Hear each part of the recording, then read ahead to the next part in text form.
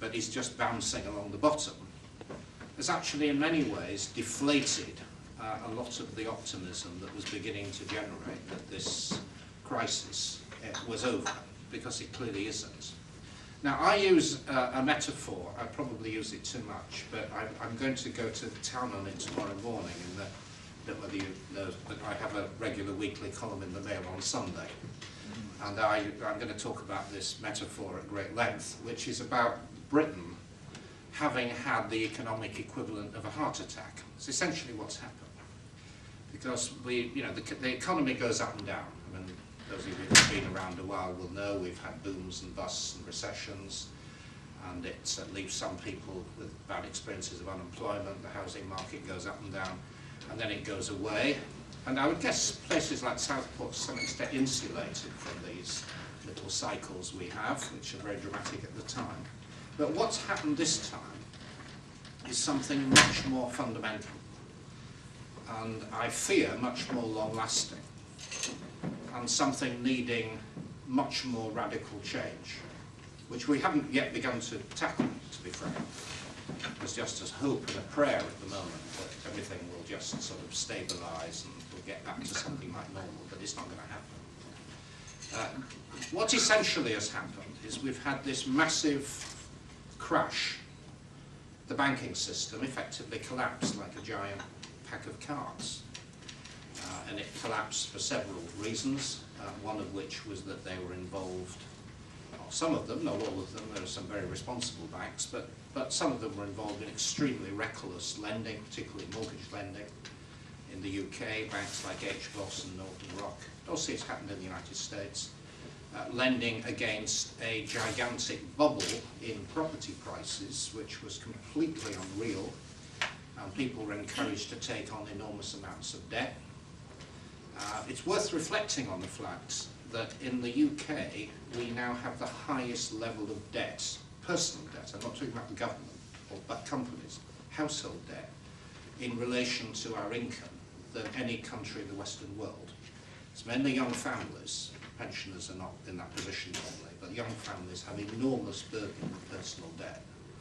And it was acquired against this property bubble. The banks lent very, very freely, and they got into serious trouble because they overlent.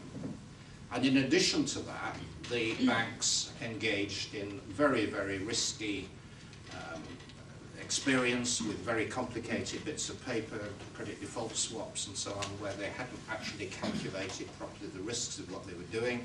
Extraordinarily clever people processing this paper, making lots of money out of it, but building up what effectively amounted to large-scale pyramid selling. And that now has collapsed. The banking collapsed. Now, the good news is that, unlike in 1929, when we last had something similar, interwar period, the patient hasn't died. The British economy is still going, and it's going for several reasons. The main reason being that the government here, Central Bank, Bank of England, and equivalent bodies in other countries did some remarkable things to keep the body alive. And we're still living with those. It's like, going back to my metaphor about the heart attack victims, rushed into hospital, got into the intensive care unit, got all the drips established and new medicines and steroids pumped in, and that's essentially what's happened to the economy. We've had interest rates cut to virtually zero, which of course is bad news if you're a pensioner with a lot of savings, but in terms of keeping an economy with a major shock, it's hard to get it going. We've had the artificial creation of money on a very, very large scale, something that most of us never dreamed would ever happen. I mean, I've taught students about this out of textbooks as a theory, but it's never happened before in the real world. We've had the government running enormous deficits, staggering deficits, still are, on a scale that, again, we never thought feasible, and we're going to have to pay for that now. I'll come to that in a moment. We've had the banking system half nationalised, and we've also had a massive devaluation of the currency, which people haven't really noticed if they live here, but if you go on the continent, you're certainly aware of it, 25–30% devaluation. And all those things have made a difference, and they've kept the patients alive, and that's why the British economy, instead of continuing to fall, is now stabilised. But it's stabilised at a rather low level. And as a country, we are now 5–6% poorer, all of us, than we were a year ago. Because we've had a year's fall in production, so it made us all poorer. It actually, at the end of it, will be worse than that, because it will take a long time to catch up again.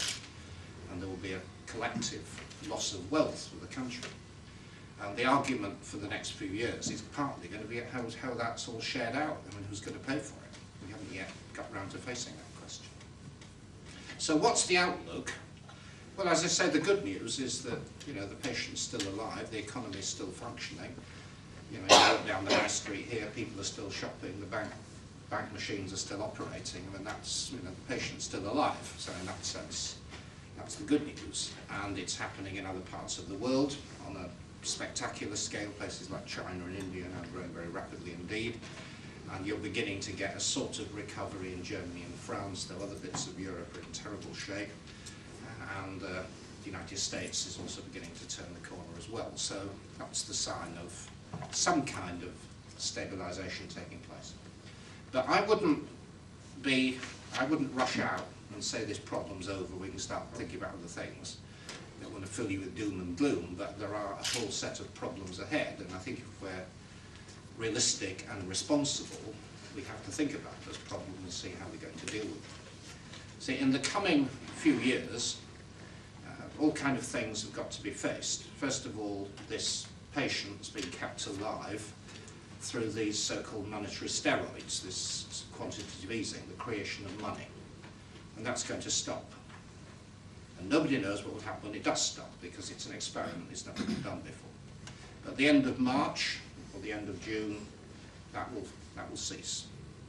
Probably later this year you may begin to see an increase in interest rates. Certainly next year. That will be good news for people who've got bank deposits, but pretty bad news if you're on a mortgage and you're just struggling to keep going, part-time working, as a lot of people are. We've got a banking system which still isn't functioning properly. Those of you who deal with RBS and HBOS and the rest of them will have a bit of a feel of this, but they lurched from extreme recklessness to extreme conservatism, very reluctant to lend. Again, I don't know what the position is like in Southport if you're a small, medium-sized company, but all my experiences are that people I deal with, they go along to their banks, so they're very reluctant to lend, very reluctant to keep their working capital going. Certainly it's virtually impossible to raise money for new ventures, or they will lend, but they'll lend on very restrictive terms, very big arrangement fees, or they will demand that, you know, the house is pledged against as security against the loan. So for sole traders and small business, life is very tough because of the way the banks have changed their behaviour, and it's preventing any real strong recovery getting off the ground.